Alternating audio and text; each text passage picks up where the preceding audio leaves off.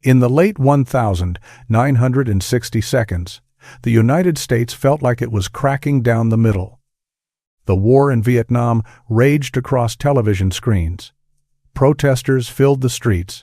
College students were shot on their own campuses. Brothers went off to fight. Some never came back. Out of that atmosphere of unrest, grief, and restless youth, a different kind of battle began brewing in the shadows of black music. In the hidden corridors of the R&B world from the 1960 seconds through the 1990 seconds, a strange mythology slowly took root. It did not appear in newspapers or press releases. It spread through cigarette smoke in dim dressing rooms, through whispers traded between sound engineers, backup singers, and night shift janitors. People spoke of 7 legends who, according to backstage rumor, had crossed a line no artist was ever meant to cross. Some insiders said they mocked God. Others claimed they flirted with forbidden rituals, broke sacred symbols, or invited things into their lives that never fully left. There was talk of curses attached to hit records, of bargains made in moments of desperation, of prayers twisted into something else. No photographs, no tapes, no proof ever surfaced. Officially, nothing existed. And yet, the stories kept growing, wrapped tightly around mysterious deaths, violent downfalls, and the chilling final seconds witnessed only by family members, nurses, or the last friend in the room. These rituals were never verified, never documented, never proven in any court or church. But the people who told the stories insisted they had seen something they could never unsee. 1. Marvin Gaye, The Burned Bible Session. Veterans of the Los Angeles recording scene still talk about one particular night in late 1983. According to their version, Marvin Gaye walked into Studio C at around 2 a.m., wrapped in a heavy coat that made no sense in the mild California air. The engineers on duty later said he looked like a man trying to outrun a storm only he could feel. His eyes were bloodshot, his hands unsteady, and he kept murmuring lines of scripture under his breath, as if repeating verses might force the universe back into order. He paced, sat, stood again, never quite settling. To some, it sounded less like prayer and more like negotiation. What supposedly happened next was never captured on film, never written down in an official log. But the story that survived is nearly always told the same way. It was said that Marvin placed a worn Bible on the studio console, fingers lingering on the cover like he was touching something both sacred and dangerous. According to rumor, he tore out a single page, held it above a candle, and watched it curl and blacken like a dying leaf. No one has ever proven that page was really burned. What people remember talking about is the smell they claimed drifted through the hallway. Something oddly sweet and bitter all at once, and the silence that followed. A silence described as so heavy that one technician later said it felt like God turned his face away from the room and refused to look back in. The story spread quickly, from studio to studio, bar to bar, retold in low voices over cheap whiskey and late-night sessions. Some insisted Marvin was trying to snap the chains of the strict holiness his father had wrapped around his childhood, shredding the weight of a God he had been taught to fear. Others believed he was challenging that same God, daring the heavens to answer for the pain he was drowning in. A few claimed it was nothing more than the desperate act of a man dangling at the edge of himself. What made the rumor feel disturbingly believable wasn't the image of a burning Bible page. It was the state Marvin Gaye was spiraling into during that final year. By 1983, he had sunk deep into addiction and paranoia, drifting from hotel rooms to borrowed apartments to supposed safe houses, like a ghost trying to find a place where the past couldn't follow. Friends said he sometimes stayed in bed for entire days, curtains closed tight, convinced invisible eyes were staring through the walls. Musicians who worked with him remembered a man who could be brilliant and present one moment, then unreachable the next, as if some unseen hand had pulled him out of the room. One backup singer recalled a rehearsal that stopped cold. "Marvin," she said, suddenly fell silent, his gaze locked onto an empty corner of the studio. After a long pause, he whispered, "Do you see it too?" No one answered. No one saw anything. The air, she claimed, never felt the same after that. Beneath all of it was a conflict that had defined Marvin's life from the beginning. He was raised inside rigid holiness, shaped by a father who believed that suffering was proof of righteousness. Yet the more Marvin tasted fame, desire, and defiance, the farther he drifted from what he had been taught as a boy in church pews. His music became the battleground. Raw, sensual, pleading, spiritual, and sinful all at once, every song sounded like a negotiation between the sanctuary and the nightclub. Every time he stepped into a studio, he carried both the choir loft and the dance floor inside his chest. That tension, over time, chewed through him. By the time he came back to his parents' home in Los Angeles in early 1984, Marvin was not just tired, he was worn out in every possible way. He had fled to Europe trying to escape his addictions, his mounting debts, and the people he owed money to. He feared the IRS. He feared men he believed were tracking him. Most of all, he feared his father. And somewhere along the way, he began to fear whatever was happening inside his own mind. According to his mother, Marvin begged her to pray for him almost every night, clutching her hand so tightly that his knuckles turned white. She tried to soothe him, to remind him of the God he once sang for, but he kept returning to the same unsettling confession. "I don't know if the light I see is good or bad." Those words would return on his final day, April 1st, 1984. That morning, the house on Gramercy Place felt unnaturally still, like the air had decided to hold its breath. The night before, Marvin had argued violently with his father, and the anger hung in the rooms like smoke that refused to clear. His mother later said he paced the hallway at dawn, sweating, trembling, repeating lines from the Book of Psalms under his breath. When she finally asked what was wrong, Marvin looked at her with a kind of fear she had never seen in him before. "The light is coming back," he said. "I can't tell what it is." What happened next is both documented and endlessly disputed. A confrontation, raised voices, a gun, a single shot, a legend gone in an instant. The facts are known, at least on paper, but it is in the seconds right before and right after that the folklore begins to grow teeth. Marvin's mother later claimed that just before he collapsed, he looked past her shoulder toward something behind her that she could not see and whispered, "There it is." She always maintained that his face changed in that moment, not soft with peace, but with recognition, like a man finally identifying a presence that had been tracking him for years. Rumors rushed in to fill the space around that memory. Some people claimed Marvin had described the light before as human-shaped but faceless, a glowing figure that never stepped fully into view. Others said he thought of it as something that visited him in hotel rooms and dark hallways, lingering just out of the corner of his eye. None of this was ever verified.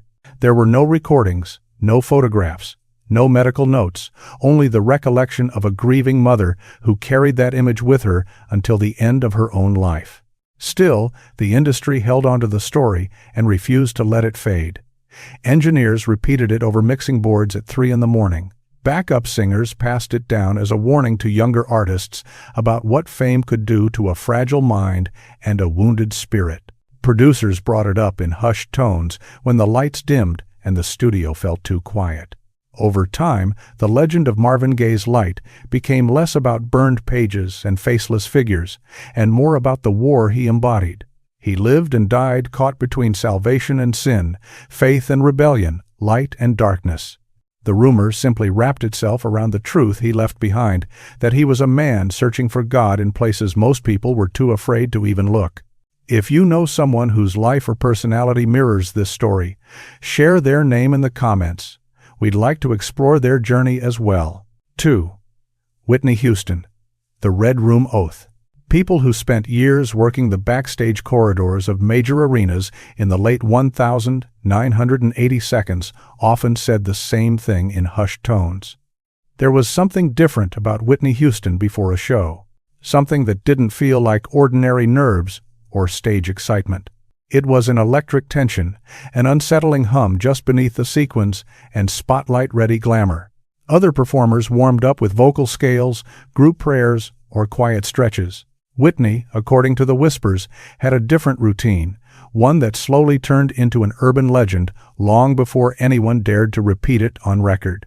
Crew members said she always requested the smallest room near the wings of the stage, a cramped storage closet, a manager's cramped office, even a mop room if nothing else was free. The only non-negotiable rule, they claimed, was the lighting.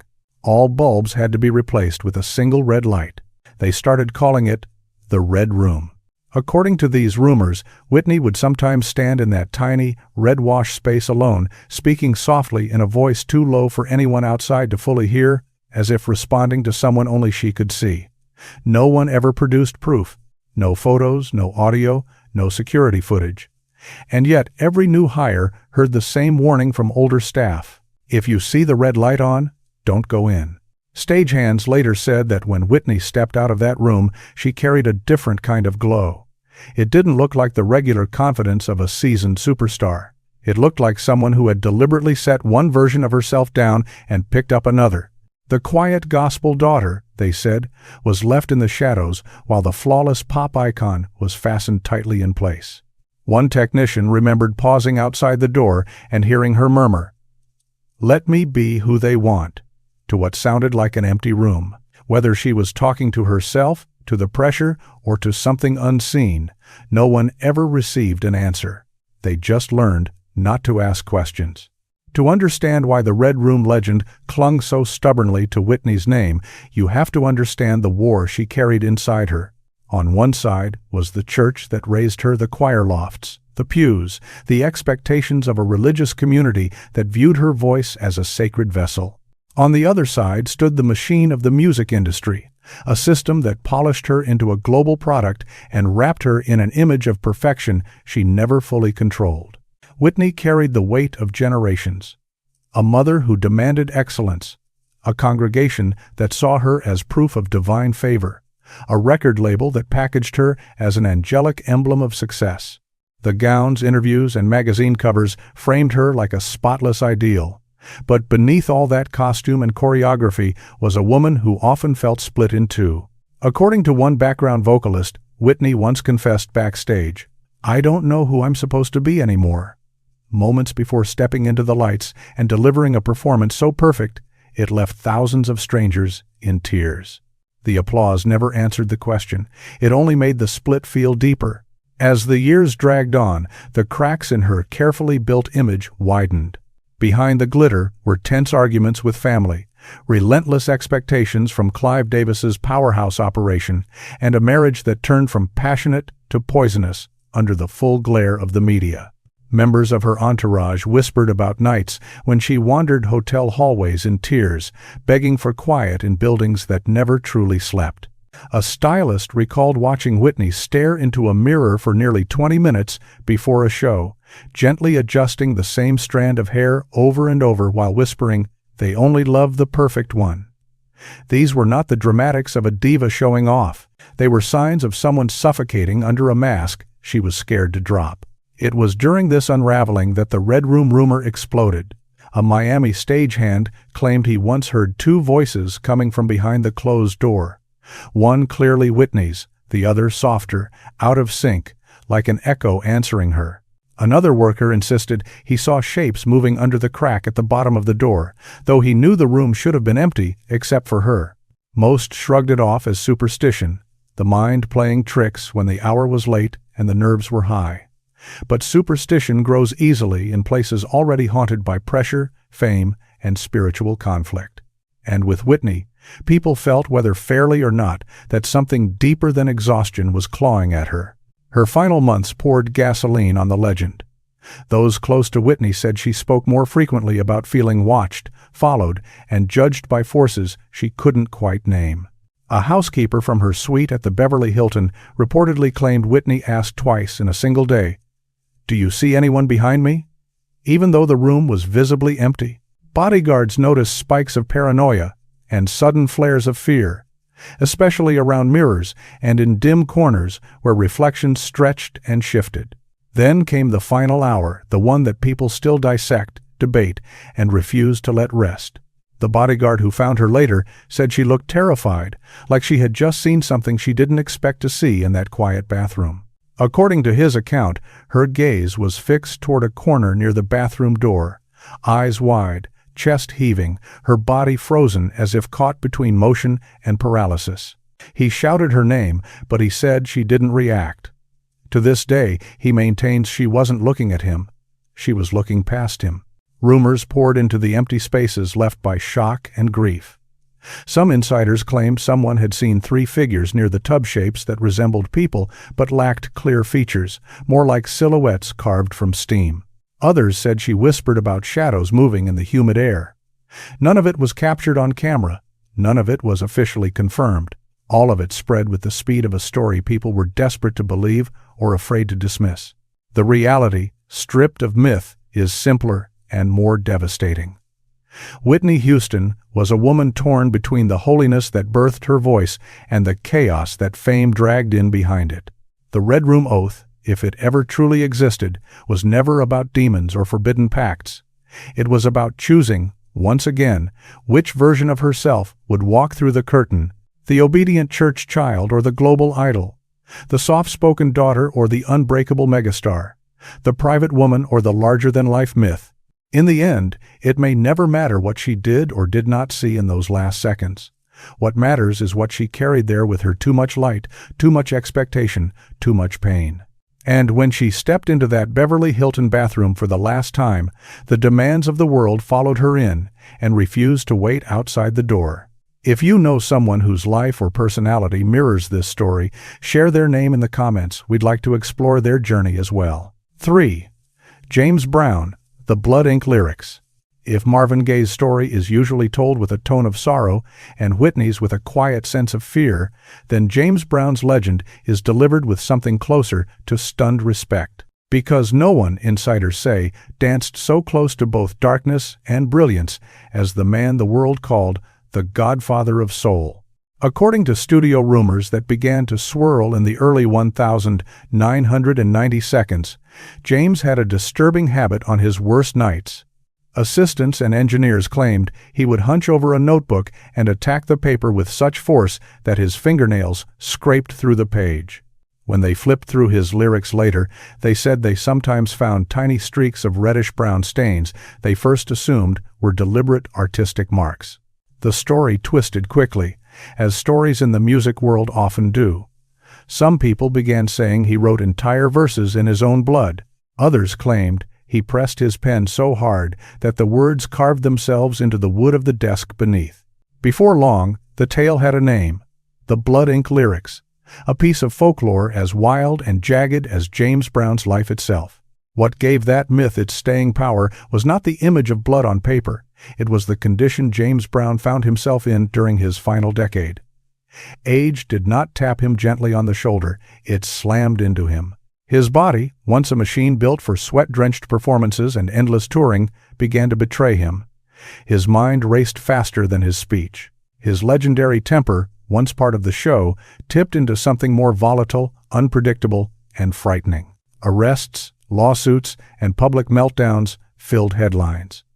Those weren't tabloid fantasies, they happened in full view, in police reports and mugshots. Through it all, James insisted he was still in control, still the boss, still the man who owned every stage he stepped on. But the people in the wings saw something quieter and more unsettling. They said they watched a man who seemed to be fighting shadows no one else could see. During a rehearsal in 2004, a drummer claimed James suddenly stopped mid-song, eyes locked onto a far corner of the room. The band, still playing, only noticed when his voice cut out. According to the drummer, James snapped, "Who's standing there? Show yourself." The room, he said, was empty. The silence that followed wasn't musical. It was nervous. Moments like that, according to those who toured with him, became more frequent. Backup singers recalled times when James preferred to rehearse with his back pressed to a wall, refusing to stand in the center of the room. He didn't like open space behind him. A sound engineer said James once asked him to turn down the whispers in his headphones, even though nothing but a simple instrumental track was playing. And in the background of all this, the notebook legend grew. A young assistant in Georgia claimed she found a spiral-bound pad on a table after a late-night session. Inside, she said, were frantic scribbles, half-formed lyrics, stray memories, angry rants, and phrases crossed out with such force that the paper tore. Near the bottom of one page, there was a long, jagged stain. It didn't look like pen. It didn't look like marker. It looked thicker, darker, wrong. She never proved it was blood. She never tried to. But once she told one person, the story took on a pulse of its own, growing stranger, more elaborate, and more ominous with each retelling. By the time it reached other studios, James Brown wasn't just writing lyrics, he was carving them with his body, paying in something more than ink. The truth underneath the theatrics was simpler and more tragic. James Brown was not, as far as anyone could prove, performing occult rituals in his dressing room. He was at war with himself, with a body that would not obey like it used to, with time that refused to bow, with the towering weight of his own legend and the wreckage of his choices trailing behind him. James had lived for decades on a sharp edge, balanced between genius and chaos, and by the end, he didn't seem to know how to exist anywhere else. Which brings the legend to his final night. Staff at Emory University Hospital in Atlanta said James arrived restless, pacing as much as his weakening body allowed. He reportedly told them something didn't feel right inside him, a wrongness he couldn't explain. One nurse later recalled him pointing to the ceiling, eyes following a path across the tiles, as if tracking movement no one else could see. His breathing was shallow. His gaze wouldn't settle. He seemed to be listening for something just out of reach. And then, just before he collapsed, one staff member claimed James turned his head slowly to the same far corner of the room, the one place no one was standing, and whispered, "I see it." That was all it took for rumor to do the rest.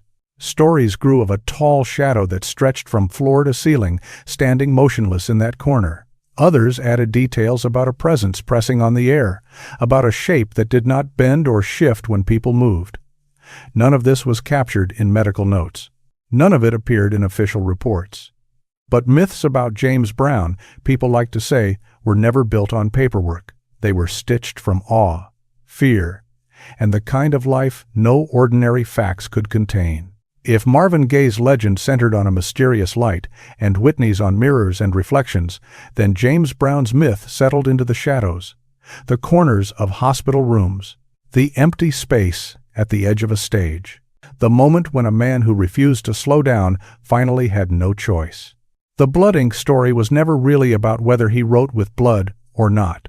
It was about the stains he left on music, on culture, and on the people who watched him burn so brightly that something in them scorched too. The whispers about shadows and notebooks just wrapped themselves around a simpler, harsher reality. A giant of soul music, spending his last years being chased by things no one else could quite name. If you know someone whose life or personality mirrors this story, share their name in the comments. We'd like to explore their journey as well. Fun 4. Aretha Franklin, the Silent Cross. People who worked around Aretha Franklin in the later years of her career often repeated the same observation. She carried silence the way other people carried perfume. It moved with her, entered a room a half step before she did, and stayed behind long after she left. Sometimes that silence seemed even heavier than the jeweled crown the world placed on her head as the Queen of Soul. According to industry rumor, that silence had a source, a small broken cross that she supposedly kept tucked deep inside her purse. The story went that it was wrapped in a velvet pouch like a relic from some private battle no one else had the right to ask about. No one knew where it came from. No one dared to press her for details. But the legend grew quietly around it. Aretha never had it repaired because the fracture meant something. It was a warning, a scar she refused to smooth over. Most versions of the story begin in Detroit in the mid-1980s, when those closest to her started to notice a shift. Aretha had always been guarded, but this was different. She became fiercely private in a way that felt almost ceremonial. Calls were screened with military precision. Personal questions were deflected or shut down. Anyone who tried to peel back more than she allowed found themselves gently or not so gently pushed out of her orbit. One of her former hairstylists recalled a moment that never left her. Aretha paused in the middle of light conversation, reached into her bag, and drew out a small velvet pouch. She didn't open it. She just pressed her fingers around it, eyes distant, and whispered, "Some things stay broken for a reason." The stylist knew better than to follow up. With Aretha Franklin, You did not ask what she did not offer. Trauma had walked beside Aretha her entire life, stitched into her story like invisible thread. People close to her said she carried several versions of her own childhood, and which one you encountered depended on the day. On some days, she was the preacher's daughter, raised in the glow of a powerful pulpit. On others, she was the woman who had endured more pain, loss, and violation than she would ever fully put into words. Behind that thunderous, world-shaking voice, there was always something carefully caged, a guarded sorrow, a grief she refused to let the public consume. She hid her illnesses, hid her breakdowns, carried private tragedies with a smile that dazzled cameras, but rarely softened her eyes. The world saw a titan. The people nearby often saw a woman holding herself together by force of will. Her obsession with image control only made the cross legend feel more believable.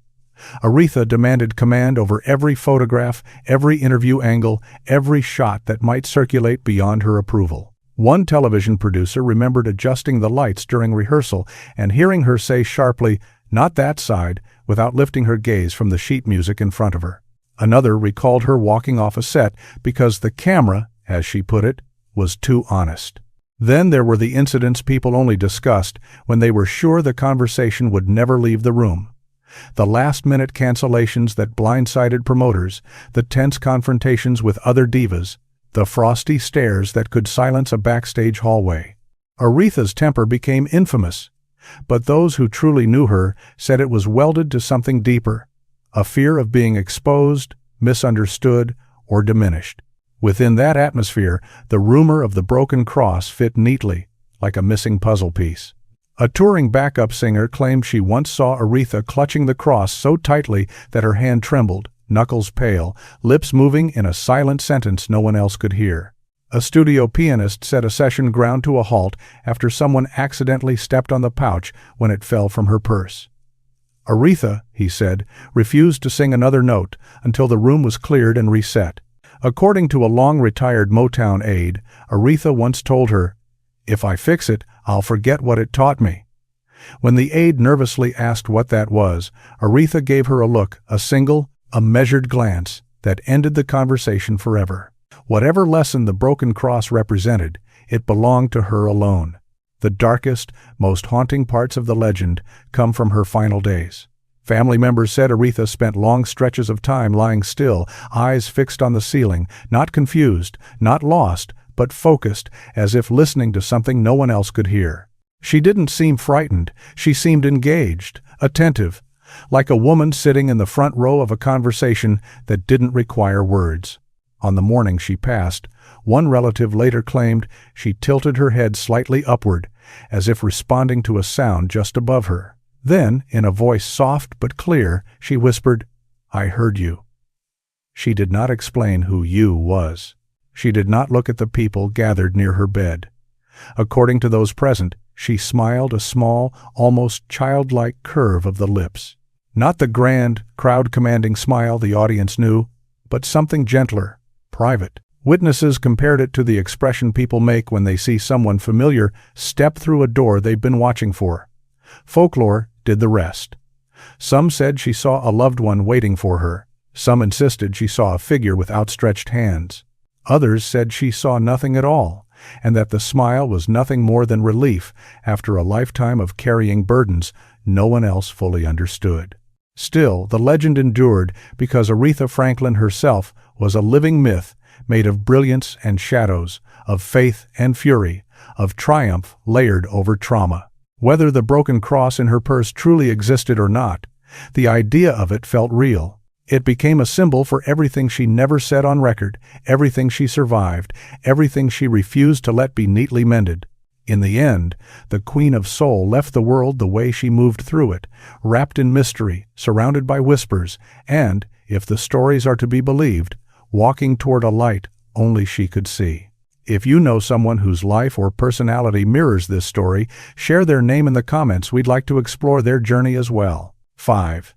Teena Marie, the shadow singing ritual. If the rumors about Aretha were spoken with reverence, then the stories about Teena Marie were shared with a quiet unease. People who worked late-night studio sessions in the early 2000s swore that something strange lived in the spaces between her notes. They said that behind closed doors, after midnight, her voice was never truly alone. According to the legend, engineers listening from the control room sometimes heard a second voice trailing hers. It was faint, slightly off-key, like an echo that didn't quite belong to the room, as if a shadow were trying to harmonize with her from just behind the glass. Over time, that eerie detail grew into a name the industry passed along like a ghost story: the shadow singing ritual. Whispers claim that Tina often recorded in near-total darkness. The lights dimmed until the studio felt more like a chapel or a seance chamber than a workspace. In those moments, it was said that she spoke softly to someone who was not physically there. She called it guidance. Others, listening from the outside, called it something else. Most tellings of the story begin in 1990, when Tina was locked in a brutal legal war with Motown, a battle that nearly crushed her career. Friends later said the lawsuit changed her at the root. She stopped trusting easily. She treated promises like traps. She stopped sleeping through the night. A former engineer remembered walking into a studio one evening to find her sitting on the floor, head bowed, back against the wall, whispering, "I won't let them take any more from me." When he nervously asked who she was talking to, she turned, offered a small, tired smile, and said, "Someone who listens." He didn't ask again. Loss, those around her said, shaped Tina more than fame ever could. She mourned friendships that faded, lovers who left, mentors who fell from grace. She grieved not just people, but an entire version of the music business that had once embraced her and then, in her eyes, tossed her aside. When Rick James sank deeper into his own darkness, Tina reportedly felt every shockwave like it was happening inside her own chest. A producer who worked with her during that period said Tina carried everyone's ghosts, not just her own. The more she lost, the more her songs sounded like conversations with things that were gone but not finished. By the late 2000s, her health was fraying. She battled seizures, bright lights bothered her, loud noises cut sharper than they should. She withdrew for long stretches, keeping to herself behind closed doors. And yet, through all of it, she kept recording. Her voice might tremble, her body might weaken, but the sound was still undeniable, still hers. That was when the shadow-singing rumors dug in deepest. A sound tech who worked at her Pasadena home studio claimed he saw something one night that he never forgot. It was just after midnight. The house was quiet. In the studio, only a small bulb glowed behind her, casting long, strange shapes against the wall. He swore she was singing a duet. One voice was clear and human Tina's, rich and familiar. The other was barely more than a breath, arriving a half-second late, like someone small trying to keep up. He listened, frozen, unsure whether to interrupt. The next day, when he asked about it, Tina brushed him off with a half-joke. "Everyone needs a muse." The answer, he later said, didn't comfort him. Another story came from a backup singer who claimed Tina had a habit that unnerved everyone in the room. She would stop mid-take, head tilted slightly to the side, as if waiting for instructions from a voice just outside the reach of the microphones. She wasn't crazy, the singer insisted. She was connected to something. Memory, grief, spirit, I don't know. But she wasn't alone in those rooms. Her final day turned the rumor into something more than a studio myth. According to her daughter, there was a sudden, heavy thump from the bedroom, like someone had been jolted awake. When she rushed in, she found Tina sitting upright in bed, eyes wide, staring to her left as if someone had just touched her shoulder. She looked surprised, her daughter later said, not terrified, not in pain, just surprised. Moments later, Tina collapsed. Silence rushed in to fill the space she left, and the folklore rushed in right behind it. Some people claimed a shadow had been seen near the bed, a small, low figure, almost childlike, as if standing watch. Others said the room felt unnaturally cold, despite the winter heater humming in the background. A neighbor insisted that the lights in the house flickered for a second before the ambulance arrived. None of it was proven. There were no clear photos, no recordings of the moment, no official mention of unusual activity. But as with so many legends born where grief and imagination overlap, the lack of proof only made the story travel farther. Tina Marie's myth endures because she seemed to live in a liminal space, halfway between sorrow and sound, haunted, not necessarily by spirits, but by memories so heavy they felt alive. Whether she ever truly spoke to shadows or only to the parts of herself she kept hidden from the world, no one can say with certainty. What remains is the image of those last seconds, the sudden jolt of the shoulder, the startled intake of breath, the final glance toward something no one else could see. For those who believe the legend, that moment became the closing paragraph of her life story. Perhaps, they say, in that brief instant, Tina Marie finally saw the presence that had followed her through dim studios and sleepless nights, the muse, the memory, the shadow. Whatever it was, she seemed to recognize it. And then, quietly, she was gone. If you know someone whose life or personality mirrors this story, share their name in the comments. We'd like to explore their journey as well. 6. Rick James, The Stage Curse, Outburst. Industry veterans still circle one date when they talk about Rick James and the night his legend turned from wild to downright unsettling. October 9th, 1986. That was the evening he walked into the backstage area of the Memorial Auditorium in Buffalo, looking like a man held together by adrenaline, chemicals, and a string that was about to snap. His tour manager later said Rick hadn't truly slept in almost 3 days. He stalked hotel hallways at odd hours, talking to thin air, convinced that someone or something was tailing him from city to city. Paranoia clung to him like smoke. By the time he stepped under the lights that night, the cocaine burning through his veins had fused with his fear until the whole world seemed to pulse and breathe around him. No one backstage was prepared for what came after the show. According to the version that survived in dressing room whispers, Rick came off stage drenched in sweat, chest heaving, eyes wild. As he staggered toward the wings, he grabbed at the gold crucifix hanging around his neck, a cross he'd worn since 1977, a gift from his mother. One lighting tech claimed that Rick suddenly yanked it off with such force that the chain snapped clean in two. Witnesses said he stared at the broken cross in his hand, like it had betrayed him. Under his breath, he muttered about false promises, about prayers that hadn't been answered, about protection that never came. Then, in a sharp, jerking motion, he slammed the cross against a speaker cabinet again and again until the metal was bent and twisted out of shape. There were no cameras pointed at him, no smartphone footage, no official statement, just a handful of stunned crew members who went home and told their own versions. One person told another, and the rumor mutated into something bigger. Rick James had broken a cross in anger, and the industry quietly turned that moment into a kind of whispered anti-God ritual, a curse thrown back at the heavens. The truth, as always, was more complicated and much darker. By the mid-1980s, Rick wasn't just partying, he was sinking. His addictions had stopped being recreational years before. They had become survival tools, frayed crutches, barely keeping him upright. Court dates stacked up like unpaid bills. Lawsuits circled him, each one snapping at what was left of his fortune and reputation. His health, already battered, began to deteriorate in visible ways. Friends said Rick sometimes stood in front of mirrors as if expecting someone else to appear behind his reflection. Others remembered nights when he wandered hotel corridors barefoot, knocking on doors, terrified that something waited for him just outside his room. Whether that something was an actual threat, a nameless fear, or the chemical storm inside his brain, no one could say for sure. With Rick James, explanations rarely stayed simple. By June 1989, his paranoia had hardened into a constant companion. A session guitarist from Record Plant Studios in Los Angeles recalled one particular recording date. Rick demanded that every window in the room be covered with black cloth. He insisted the streetlights were watching him, that their glow carried eyes. The guitarist said Rick pressed his back to the wall while recording, refusing to turn his head fully, whispering, "Don't let it in." No one dared to ask what it was.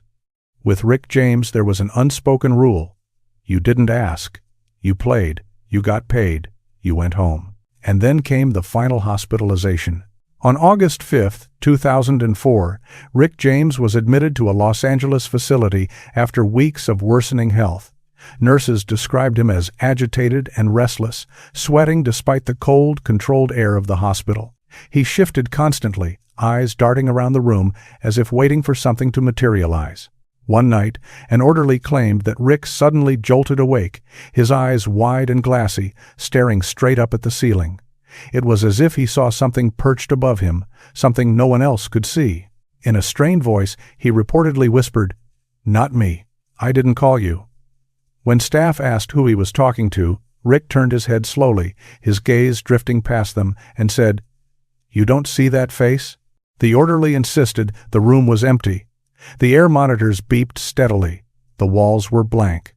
Whatever Rick saw, it wasn't visible to anyone else in that moment. Within days, his condition spiraled downward. Later, when the coroner's report attributed his death to heart failure, complicated by multiple health issues, that should have been the end of the story.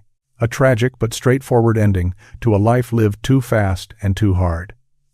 But the staff who had watched him during those final days had their own memories, and they began to share them quietly. They claimed Rick spent the last hour of his life not looking directly at the people who tended to him, but slightly above, slightly beyond, over their shoulders, past their faces.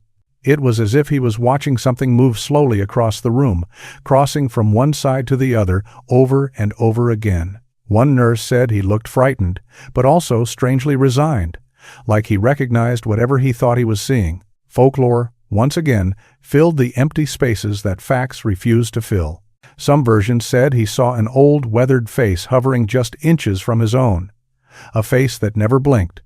Others claimed he muttered, "It followed me," just minutes before he slipped into unconsciousness. The idea took root. Whatever had haunted him in hotel hallways, studio sessions, and backstage corners had finally caught up. None of it was officially documented. No cameras caught a shadow. No nurse wrote "unseen presence" in a chart. But myths don't need paperwork. They need fear, tragedy, and a subject big enough to hold them. Rick James, in the eyes of the industry, was more than big enough. The truth beneath the legend is less supernatural and more heartbreaking. Rick James lived a life that burned at the edges, fast, loud, and blazing with talent and destruction. The so-called stage curse outburst was not a spell, not a formal rejection of God, not a coded ritual. It was a man in pain, lashing out in every direction the darkness seemed to come from that night at himself, at his past, at his faith, at the symbols he once leaned on. But myths cling to people like Rick. The world needs figures larger than life to wear its shadows, to carry its fears, to become living cautionary tales. And Rick James, with his outrageous brilliance and spectacular collapse, became the perfect vessel. In the end, the story isn't just about a broken cross or a face in the ceiling. It's about a man who tried to outrun what was inside him and a legend that refused to let him die quietly. If you know someone whose life or personality mirrors this story, share their name in the comments. We'd like to explore their journey as well. 7. Sam Cooke, The Reverse Prayer. The story of Sam Cooke's final days is one the music industry has never managed to bury. It is told, retold, reshaped, and resurrected every few years, as if people are afraid of what might happen if they finally let it go. Somewhere between official police reports, conflicting witness statements, and decades of unanswered questions, an urban legend took root and refused to die. At the center of that legend is a single, chilling claim that in a moment of desperation, Sam Cooke once whispered a prayer backward. No one ever proved it happened. No tape exists, no written record, no clear witness confession. But the rumor survived because his death felt so strange, so violently out of place, that people needed something, anything, to explain the inexplicable. Most versions of the mythology begin in late November 1964, just days before his death. Friends said Sam seemed deeply unsettled, distracted, pacing the lobby of a Los Angeles motel at unusual hours. Some accounts place him at the hacienda, wandering near the front desk, eyes scanning the doors as if waiting for something he could not quite name. A touring musician later recalled a tense conversation in that lobby. According to his memory, Sam told him, "Something isn't right. Somebody's after me. The musician assumed he meant jealous rivals, bitter business partners, or predators in the music industry. But when he pressed for clarity, Sam didn't talk about contracts or competition. He talked about feeling watched, even when he was alone. The paranoia might have been stress. It might have been exhaustion.